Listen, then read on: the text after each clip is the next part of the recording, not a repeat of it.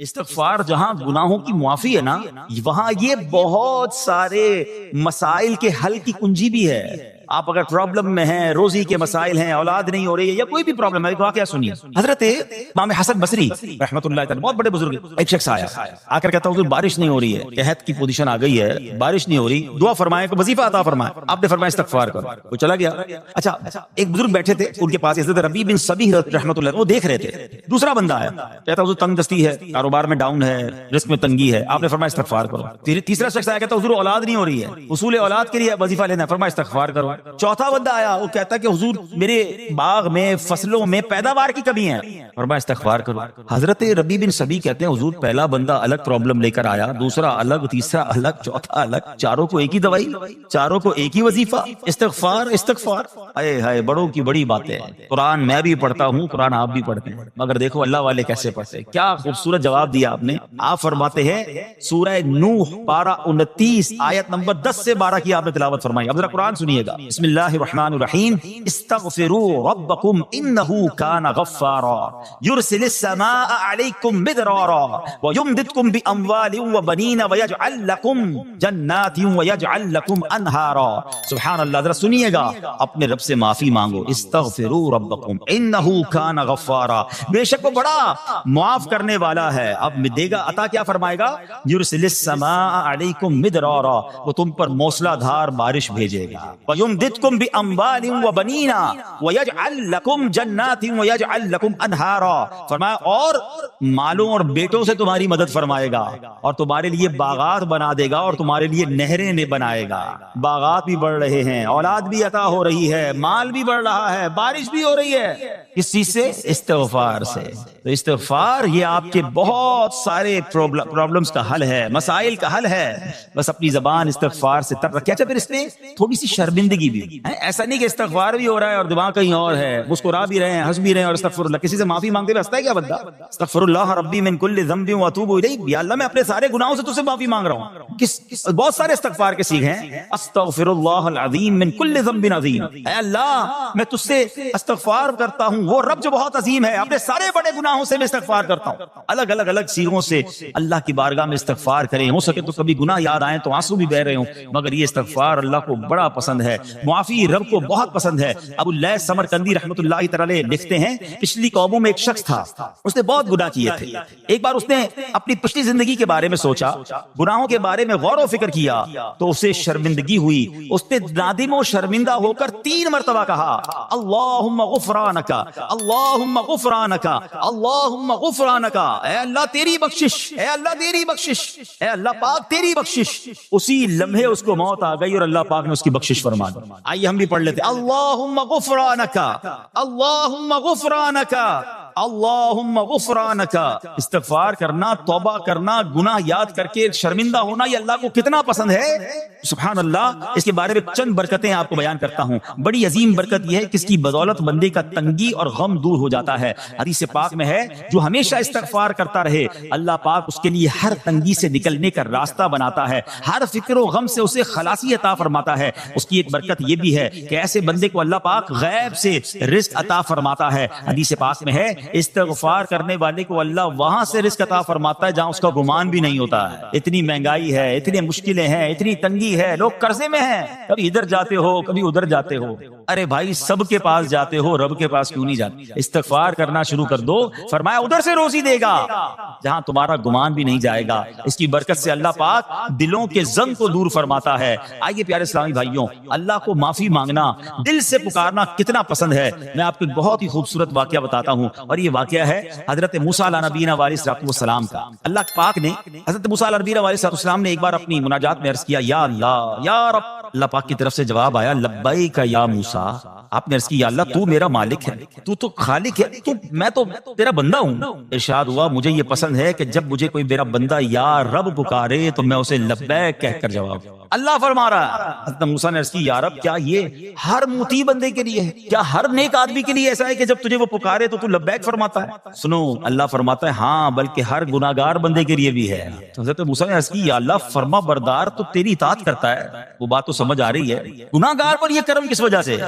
اے ہائے سنو میرے رب کیسا کریم ہے. فرماتا ہے اے موسیٰ اگر میں بھلائی کرنے والے کو اس کی بھلائی کا بدلہ دوں اور برائی کرنے والے پر اس کی برائی کی وجہ سے احسان نہ کروں تو میرا جود و کرم کہاں جائے گا؟ اللہ فرماتا ہے میرا پھر کرم میری رحمت کس لیے ہے؟ برائی کرنے والا بھی گناہ کرنے والا بھی مجھے پکارتا ہے، میں اسے بھی لبیک کہہ کر جواب دیتا ہوں. حضرت موسیٰ علیہ نبینا علیہ الصلوۃ والسلام کو ایک بار وحی نازل ہوئی کہ اے موسیٰ فلاں علاقے میں جاؤ، ہمارا ایک نیک بندہ اس کا انتقال ہو گیا ہے، جا کے اس کو غسل دو، اس کو کفن دو اور اس کا جنازہ پڑھو. حضرت موسیٰ وہاں پہنچ گئے اور جب وہاں جا کر آپ نے لوگوں سے کہا کہ مجھے فلاں بندے کے پاس لے جاؤ جس کا انتقال ہوا ہے، مجھے غسل دینا ہے، کفن پڑھنا ہے، جنازہ پڑھنا ہے. لوگوں نے کہا حضرت یہ تو زمانے کا گناہگار، بڑا بےہودہ، بڑا بدکار شخص تھا، آپ تو رب کا حکم تھا، آپ نے غسل بھی دیا، کفن بھی پہنایا، جنازہ بھی پڑھا، پھر رب کی بارگاہ میں عرض کی مولا بندے تو یہ کہہ رہے ہیں یہ تو بہت برا آدمی تھا، تو نے مجھے بھیجا اور فرمایا تیرا پیارا بندہ، میں نے جنازہ بھی پڑھ دیا، غسل اور کفن بھی دیا. اب ذرا آپ سوچیں کہ کسی کا جنازہ حضرت موسیٰ پڑھ دیں، اس کی تو بخشش کا تو کوئی مسئلہ ہی کوئی نہیں نا، وہ تو اللہ کے نبی جس کا جنازہ پڑھے غسل دے تو یا اللہ تو نے ایسا انتظام فرما دیا. رب کریم کی طرف سے پتہ ہے کیا جواب آتا ہے؟ اللہ فرماتا ہے اے موسیٰ بندے سچ کہتے ہیں، یہ بندہ واقعی بڑا گناہگار تھا. جو علاقے والے شہر کے لوگ کہہ رہے ہیں نا ٹھیک کہہ رہے ہیں، یہ بندہ تھا ہی ایسا. یا اللہ جب اتنا گناہگار اتنی بڑی مہربانی کس وجہ سے ہے؟ ارشاد ہوا اے موسیٰ اس بندے نے مرنے سے پہلے مجھ سے 5 کلمات کے ذریعے بات کی، مناجات کی، مجھے پکارا، 5 سینٹنس تھے، 5 کلمے تھے، اور اے موسیٰ اس کی وجہ سے میں نے اس کی مغفرت فرما دی. حضرت موسیٰ کہتے ہیں یا اللہ وہ 5 کلمے تو بتا دے، وہ 5 کیسے جملے تھے کہ علاقے میں سب سے مشہور بدکار اور اس کا انتقال ہو تو رب مغفرت بھی فرمائے اور اپنے نبی کو فرمائے جا کے جنازہ پڑھو. تو آپ نے کہا یا اللہ وہ 5 کلمات بتا دے. اب ذرا یہ 5 کلمات سنیے گا، ایکچولی جو بات سمجھنی ہے نا، استغفار ہے کیا، معافی مانگنا ہے کیا، توبہ کیا ہے. اللہ فرماتا نا کہ ہم نے سنا کہ جو بندہ اللہ سے استغفار کرتا ہے اللہ اسے دیکھ کر مسکراتا ہے. اس کی وجہ یہ کہ بندہ رب کی بارگاہ میں اپنے آپ کو سرنڈر کرتا ہے، اپنے گناہ یاد کرتا ہے، اپنی کم مائگی کا اظہار کرتا ہے. وہ کہتا ہے نا الندم التوبہ، شرمندگی توبہ ہے. شرمندہ ہو جائے نا انسان. دنیا میں پتہ کیا معاملہ ہے، ہم کسی عدالت میں جا کر کہہ دیں ہم نے جرم کیا ہے، اقبال جرم، ٹھیک ہے، تو کیا ہوتا ہے، جج کہتا ہے پھر اس کو گرفتار کرو اور سزا سناؤ. بندہ خود ہی مان رہا ہے، گواہوں کی ضرورت کیا ہے. دنیا کی عدالت میں اقبال جرم پر سزا ملتی ہے. میرے رب کی رحمت کی عدالت دیکھو، بندہ وہاں جا کر اقبال جرم کر لے، شرمندہ ہو جائے، معافی مانگ لے، اللہ اس کے سارے گناہ معاف فرما دیتا ہے. یہ فرق ہے دنیا والوں میں اور رب کی عدالت میں. سبحان اللہ. وہ حضرت موسیٰ کہتے ہیں یا اللہ وہ 5 کلمے بتا، اور بتائے گئے تو وہ 5 کلمے سنیے گا ذرا. وہ بندہ کہتا ہے مرنے سے پہلے اے رب تو جانتا ہے میں نیکوں سے محبت کرتا ہوں اگرچہ خود نیک نہیں ہوں. یا رب تو جانتا ہے میں فاسقوں سے بغض رکھتا ہوں اگرچہ میں خود فاسق ہوں. سمجھ رہے ہیں بات؟ اللہ نیکوں سے پیار کرتا ہوں، مجھے پتا ہے میں خود نیک نہیں ہوں. میں گناہ گاروں سے نفرت کرتا ہوں حالانکہ میں خود بھی گناہ گار ہوں. کہیں بھی اپنی بڑائی نہیں ہے، میں گناہ گار، میں بدکار، مگر اللہ میں پیار کرتا ہوں نیک لوگوں سے. تیسرا جملہ کیا تھا؟ یا رب اگر مجھے معلوم ہو جائے کہ میرے جنت میں داخل ہونے سے تیری ملکیت میں کوئی کمی آ جائے گی تو اللہ میں تجھ سے پھر جنت کا سوال کرنا چھوڑ دوں گا. مجھے یہ پتا ہے یا اللہ تو نے مجھے جنت میں داخل کیا نا، تیری جنت میں کوئی کمی نہیں آئے گی، بہت بڑی ہے. اب مجھے داخل بھی کرنے سے تیرا کچھ نہیں جائے گا. اگر کچھ جاتا ہوتا تو یا اللہ میں جنت تیرے سے مانگنا چھوڑ دیتا. چوتھا جملہ کیا ہے؟ اے رب اگر مجھے معلوم ہو جائے کہ مجھے جہنم میں داخل کرنے سے تیری ملکیت میں اضافہ ہو جائے گا تو میں پھر جہنم سے پناہ نہیں مانگوں گا. یعنی اگر تو تیرے ملک میں تیری شان میں اضافہ ہو رہا ہے مجھے جہنم میں ڈالنے سے، پھر تو میں نہیں کہوں گا تجھے کہ جہنم سے نکال. مگر مجھے پتا ہے تو پہلے ہی مالک ہے، تو پہلے ہی خالق ہے، سب کچھ تیرا ہے. مجھے جہنم میں ڈالنے سے تیری کوئی ملکیت میں اضافہ نہیں ہونا. اور آخری بات کیا کہتا ہے؟ یا رب اگر تو مجھ پر رحم نہ کرے گا تو پھر کون کرے. اللہ فرماتا ہے اے موسیٰ میں نے اس پر رحم کیا، یہ میرے کرم کے لائق تھا، میرے کرم کے لائق نہیں تھا کہ میں اسے ناکام لوٹا دیتا. جب اس نے یہ کلمات کہے تو میں نے اسے درگزر فرمایا، اس کی مغفرت فرما دی اور میں ہی بخشنے والا مہربان. اے میرے پیارے اسلامی بھائیوں، آج وہ کام سیکھ کے جانا ہے، سمجھ کے جانا ہے جس کو جو بندہ کرتا ہے تو رب کی رحمت گویا مسکراتی ہے. وہ یہ ہے کہ اللہ سے معافی مانگتے رہیں، استغفار کرتے رہیں، اللہ کو راضی کرنے کی کوشش کرتے رہیں، اپنے گناہوں پر ندامت رکھیں. کہ جو معافی مانگتا ہے نا اللہ اسے بہت پسند فرماتا ہے. حدیث پاک میں آتا ہے التائب من الذنب کمن لا ذنب له، گناہوں سے توبہ کرنے والا ایسا ہے جیسا اس نے گناہ کیا ہی نہیں ہے۔ اچھا اب ایک اور بہت پیارا عمل جس کو دیکھ کر اللہ مسکراتا ہے، وہی میں نے جو تفسیر بتائی کہ اللہ کی رحمت راضی ہو جاتی ہے اور اللہ کی رحمت برستی ہے، رب راضی ہو جاتا ہے۔ نبی پاک علیہ الصلوۃ والسلام نے فرمایا 3 بندے ہیں اللہ پاک انہیں دیکھ کر مسکراتا اور کیا ہوتا ہے، فرمایا اور بہت خوش ہوتا ہے۔ اب وہ 3 بندے کون سے ہیں چیک کر لیں ہم ان میں ہیں کہ نہیں۔ فرمایا نمبر 1 وہ بندہ جو رات کو اٹھے، بستر چھوڑے، اچھی طرح وضو کرے، پھر نماز پڑھنے کھڑا ہو جائے، اسے دیکھ کر اللہ پاک فرشتوں سے فرماتا ہے اے فرشتوں بتاؤ میرے بندے کو نیکی پر کس نے اکسایا ہے؟ فرشتے عرض کرتے ہیں مولا تو بہتر جانتا ہے۔ اللہ پاک فرماتا ہے ہاں میں جانتا ہوں مگر تم مجھے بتاؤ۔ فرشتے عرض کرتے ہیں اے مالک کریم تو نے اسے ایک چیز یعنی جہنم کا خوف دیا ہے، یہ اس سے ڈرتا ہے۔ اے اللہ تو نے ان کو ایک چیز جنت کی امید دلائی ہے، یہ اس کی امید رکھتا ہے۔ اے اللہ یہی خوف اور امید ہے جس نے اسے رات کی نیند قربان کر کے تیرے حضور کھڑے ہونے پر ابھارا ہے۔ اب اللہ پاک فرماتا ہے اے فرشتوں گواہ ہو جاؤ یہ جس چیز سے ڈرتا ہے یعنی جہنم سے ڈرتا ہے، میں نے اپنے اس بندے کو اس سے امن بخشا، اور جس کی امید رکھتا ہے یعنی جنت کی، میں نے جنت اس پر واجب کر دی۔ رات اٹھ کر جب دنیا سوئی ہو بندہ اٹھ کر تہجد کی نماز ادا کرے، اللہ کی بارگاہ میں آنسو بہائے، اللہ فرشتوں کے سامنے گویا فخر فرماتا۔ دوسرے نمبر پر سنو، فرمایا دوسرا وہ شخص جو حق و باطل کی لڑائی میں شریک ہوا، ثابت قدم رہا یہاں تک کہ شہید ہو گیا، یا اللہ پاک نے اسے فتح عطا فرمائی، اللہ اس بندے کو دیکھ کر بھی مسکراتا ہے۔ جہاد کرنے والے مجاہدین یا تو شہید ہو جائیں یا غازی ہو کر لوٹے اللہ کی رضا کے لیے، اللہ کی رحمت ان پر بھی چھما چھم برستی ہے۔ اور تیسرے نمبر پر فرمایا تیسرا وہ بندہ جو رات کو سفر کرتا ہے، یہاں تک کہ رات کے آخری حصے میں جب کہیں ٹھہرتا ہے تو اس کے ساتھ والے سو جاتے ہیں مگر وہ کھڑا ہو کر نماز پڑھنے لگتا ہے، اس بندے کو دیکھ کر بھی اللہ پاک مسکراتا ہے۔ اجتماعی عبادت کے بڑے فائدے ہیں، اجتماع میں آنا، محفل میں آنا، دعا میں شرکت کرنا بہت اچھی بات، مگر اپنی عادت ایسے بھی بنائیں کہ کچھ عبادتیں ایسی کریں کہ میں جانوں اور رب جانے۔ یہ جو رات اٹھ کر دعا کا لطف ہے، رات اٹھ کر جو نماز پڑھنے کا لطف ہے نا، جب ساری دنیا سو رہی ہے اور بندہ اپنے رب کی بارگاہ میں حاضر ہے۔ علماء کہتے ہیں دن کے نوافل کے مقابلے میں رات کے نوافل افضل ہیں، کیونکہ رات سکون ہوتا ہے، رات رکعت قلبی ملتی ہے، سبحان اللہ رحمت الہی چھما چھم برستی ہے۔ ہمیں کیا کرنا ہے کہ رات تہجد کی نماز کی عادت ڈالے۔ رمضان میں بن گئی تھی نا، سحری کے لیے اٹھتے تھے تو لوگ تہجد پڑھتے تھے، اللہ کرے کہ یہ عادت بن جائے، کبھی کبھی اگر ہر روز نہیں ہو سکتا کم از کم کبھی کبھی کریں۔ اچھا اگر ایسی کوئی عبادت ہو بھی جائے نا پھر سب کو بتائیں نا کہ رات اٹھا تھا تو جناب دعائیں بھی کی تو آنسو بھی بہائے، نہیں کبھی کبھی ایسا کیا کرو کہ میں جانوں اور رب جانے، اللہ سے باتیں کیا کرو۔ میں آپ کو صحیح بتاؤں، آپ مجھے ایک بات بتائیں، یہ تو آپ نے سن بھی لیا کہ اللہ کی رحمت کس قدر برستی ہے اس پر۔ زندگی میں بھی جب کبھی ہم پریشان ہوں اور رات نیند نہ آئے، کبھی کبھی ایسا ہوتا ہے پریشانی میں نیند نہیں آتی، کروٹیں بدل رہا ہوتا انسان، اور اس کروٹ بدلتے بدلتے میں آپ کی جب والدہ حیات ہوگی یا ماشاءاللہ جن کے پاس ماں موجود ہے، ماں جیسی ہستی کہاں ملتی ہے پھر۔ ایک بار اور سن لو، دنیا کی بہت ساری چیزیں میرے اور آپ کے پاس ہیں جو ریپلیسیبل ہیں، جو بدلی جا سکتی ہیں۔ موبائل فون لیتے ہیں بڑی خوشی سے لیتے ہیں مگر نیا ماڈل آتا ہے تو لوگ بدل دیتے ہیں۔ سواری لیتے ہیں بڑی خوشی ہوتی ہے مگر جب نئی سواری آتی ہے تو ریپلیس بدل دیتے ہیں، ماڈل نیا آ گیا بھائی اب وہ پرانی لگتی ہے۔ مگر یاد رکھو ماں باپ چلے جائیں نا اس کے بعد ماں باپ دوبارہ نہیں ملتے، ان کا کوئی نیا ورژن یا نیا ماڈل نہیں ہے تو ان کی قدر کر لو، ان کی دعائیں لے لو۔ تو بہرحال آپ کبھی کبھی تکلیف میں ایسا ہوا ہو کہ رات کو نیند نہ آئی ہو، بے قرار ہو کر ماں کے پاس گیا آنکھوں میں آنسو لے کر کہ ماں میں پریشان ہوں، بیمار ہوں یا قرضے میں ہوں یا فلاں پرابلم ہے۔ ماں نے کیا کیا تھا؟ کروٹ بدل کر سو گئی تھی کہ بیٹا تو جان تیرا کام جانے، یا ماں خود بھی بیدار ہو گئی، سینے لگایا اور دعا کرنا شروع کر دی؟ ہم روئے تو ماں بھی روئی۔ یہ ہے نا ماں میری تکلیف۔ ایسا لگتا ہے کہ مجھے کبھی کبھی یہ فیصلہ کرنا مشکل ہوتا تھا کہ تکلیف مجھے زیادہ ہوتی ہے میری تکلیف میں یا میری والدہ کو زیادہ ہوتی ہے؟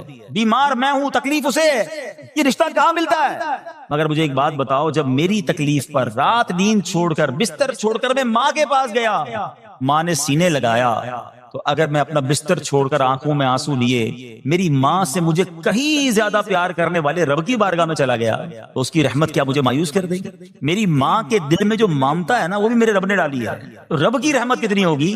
تو کبھی کبھی اللہ کی بارگاہ میں رات کے اس پہر حاضر ہوا کرو، جو پرابلم ہے آپ کی، جو مشکل ہے آپ کی، آپ یقین کریں آپ اللہ کی بارگاہ میں تہجد کے وقت رات کے آخری پہر آنسو بہائیں، دعائیں کریں، نوافل پڑھیں، پھر دیکھیے آپ کے دل کو تسلی کیسے ہوتی ہے، آپ کا ایمان تازہ ہو جائے گا، اور آپ نے دیکھا کہ ایسے وقت عبادت کرنے والوں سے رب کتنا راضی ہوتا ہے۔ اللہ کرے یہ بات ہمیں سمجھ آ جائے۔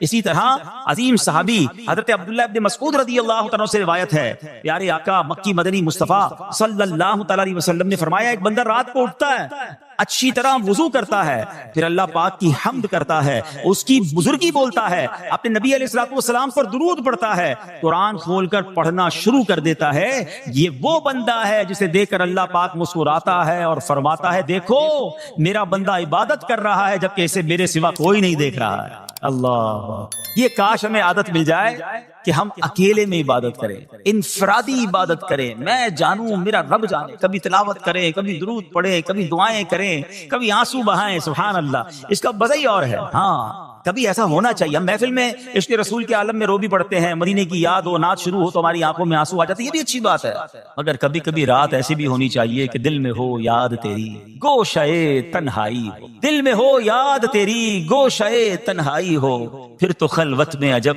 انجمن آرائی ہو۔ کبھی زندگی میں ایسی راتیں بھی آنی چاہیے، وہ ہے نا، جاگ اٹھا اشکوں کا مقدر، عشق نبی میں روتے روتے کیسی گزری رات نہ پوچھو۔ کبھی کبھی ایسی رات بھی گزرنی چاہیے کہ آقا کی یاد میں آنسو بہ رہے ہوں، مدینے کی یاد میں، گھر والوں کو بھی پتہ نہ چلے، ہلکی ہلکی آواز میں کبھی نعت شریف لگا لیا کریں، کبھی مناجات لگا لیا کریں، ہم پتہ نہیں کیا دیکھتے دیکھتے سوتے ہیں۔ کاش انہی تصورات میں آنکھیں بند ہوں کہ میں سو جاؤں یا مصطفیٰ کہتے کہتے، میں سو جاؤں یا مصطفیٰ کہتے کہتے، کھلے آنکھ صلی علی کہتے کہتے۔ جو مدینے کے تصور میں سوتے ہیں نا، پھر خواب میں زیارت بھی کر لیتے ہیں۔ خواب کا ایک فینومینا یہ بھی ہے، آپ جس چیز کے بارے میں سوچتے ہوئے سوتے ہیں نا، عموماً گندی باتیں دیکھ کر، گندی چیزیں دیکھ کر سوتے ہیں، پھر ایسے ڈراؤنے خواب بھی آتے ہیں، انہیں ٹینشن بھی آتی ہے۔ فلموں میں بھی ماردار دیکھی، خواب میں بھی لڑائی جھگڑے دیکھ رہے ہیں۔ جو مدینے کی یادوں میں سو رہا ہے، جو باوضو سو رہا ہے، جو اللہ کا ذکر کر کے سو رہا ہے، جو نوافل پڑھ کے سو رہا ہے، پھر دیکھو خواب میں بھی کہاں کہاں کی سیر کرے گا انشاءاللہ۔ تو اپنی خلوتوں کو اچھا کریں، اپنے اکیلے وقت کو بھی خوبصورت کریں، آنسو بہائیں، اور سبحان اللہ تہجد پڑھنے والوں کے چہروں پر نور بھی آ جاتا ہے۔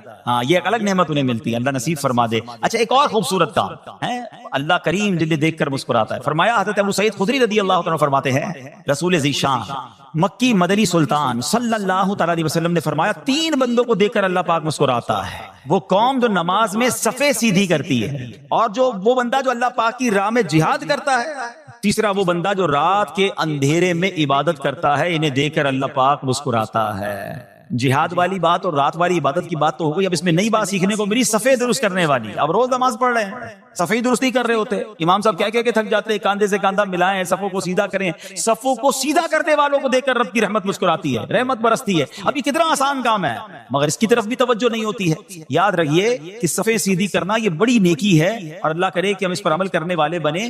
اور صفیں درست نہ کرنا ترک واجب، ناجائز اور گناہ ہے۔ سیدھی صفیں نہیں کرتے، نہیں ناجائز کرتے ہیں، گناہ کرتے ہیں۔ صف درست نہ کرنے سے نماز ناقص رہ جاتی ہے۔ اور یہ بعض اوقات لوگ کہتے ہیں یار ہمیں نماز میں وسوسے بہت آتے ہیں، تو روایتوں میں آتا ہے صف درست نہ کرنا نماز میں وسوسے آنے کا سبب ہے۔ صفیں ٹھیک نہیں ہوں گی نا، عجیب عجیب سی باتیں دماغ میں آئیں گی۔ کیوں؟ حدیث پاک میں آتا ہے شیطان تمہارے درمیان بھیڑ کے بچے کی طرح گھس جاتا ہے، شیطان صفوں میں گھس جاتا ہے۔ صف سیدھی نہ کرنے میں چہرہ بگڑنے کا اندیشہ ہے۔ اے ہائے، اب ذرا غور کر لیجیے یہ کتنا ضروری ہے۔ قرآن کریم میں ایک سورت ہے سورہ صافات، اس مبارک سورت کی پہلی آیت میں اللہ پاک نے فرمایا بَالصَّافَّاتِ صَفًّا، ان کی قسم جو باقاعدہ صفیں باندھے ہوئے ہیں۔ حضرت عبداللہ ابن مسعود فرماتے ہیں یہاں صفیں باندھنے والوں سے مراد فرشتے ہیں۔ حضرت جابر بن سمرہ رضی اللہ تعالیٰ عنہ فرماتے ہیں ایک دن پیارے آقا مکی مدنی مصطفیٰ صلی اللہ تعالیٰ علیہ وسلم تشریف لائے اور فرمایا تم ایسے صف کیوں نہیں بناتے جیسے فرشتے صفیں بناتے ہیں؟ ہم نے عرض کی یا رسول اللہ صلی اللہ تعالیٰ علیہ وسلم فرشتے کیسے صف بناتے ہیں؟ فرمایا پہلے اگلی صف مکمل کرتے ہیں اور خوب مل کر کھڑے ہوتے ہیں۔ سبحان اللہ، مبارک ہو مسلمانوں کو جو صفیں سیدھی کرتے ہیں، اچھی طرح کاندھے سے کاندھا ملاتے ہیں، گویا یہ فرشتوں کا کام کر رہے ہیں، فرشتوں والا کام کر رہے ہیں۔ تفسیر طبی میں ہے فاروق اعظم رضی اللہ عنہ کا یہ معمول تھا، جب نماز پڑھانے لگتے تو نمازیوں کو فرماتے صفیں سیدھی کر لو، اے فلاں ذرا آگے ہو جاؤ، اے فلاں ذرا پیچھے ہو جاؤ، پھر فرماتے بے شک اللہ پاک تمہیں فرشتوں کی طرح دیکھنا پسند فرماتا ہے۔